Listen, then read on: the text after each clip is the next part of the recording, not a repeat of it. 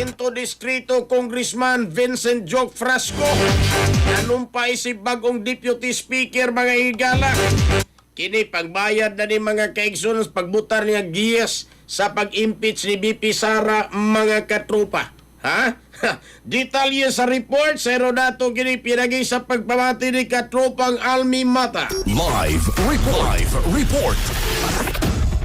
Yes, nanumpa na kagahapon si Cebu 5th District Representative Vincent Franco Duc Frasco isip usa sa mga bagong Deputy Speaker sa House of Representatives alang sa 20th Congress. Ang pagkatulong ni Frasco sa mga posisyon kabayan sa bagong liderato sa Kamara nga motabang sa pagdumala sa mga legislative agenda o sa mapaligon sa trabaho sa House sa paghimog mga balaod.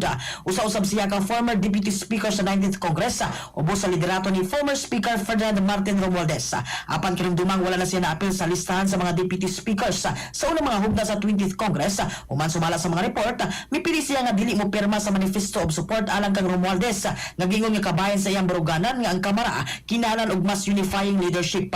Lakim sa gitudlo nga Deputy Speakers sila si Bacolod City Representative Alfredo Albi Benitez o pagkasinana 3rd District Representative Maria Rachel Arinas. Ginauman nga padayon si Frasco sa pagsuporta sa mga priority bills nga may kalabutan sa infrastruktura, serbisyo publiko o kalabuan sa mga lokal nga komunidad ilabi na sa Kabisayan. Mga katropa, alang sa pagpahimsog sa panlawas, inumog sa na Plus Gold, alang sa nagahiusang Pilipino para sa Pilipinas. Kininyong katropa, Almi Mata, XFM News. XFM report. Cellphone Plus Gold, mapalit sa mga butika sa inyong lugar.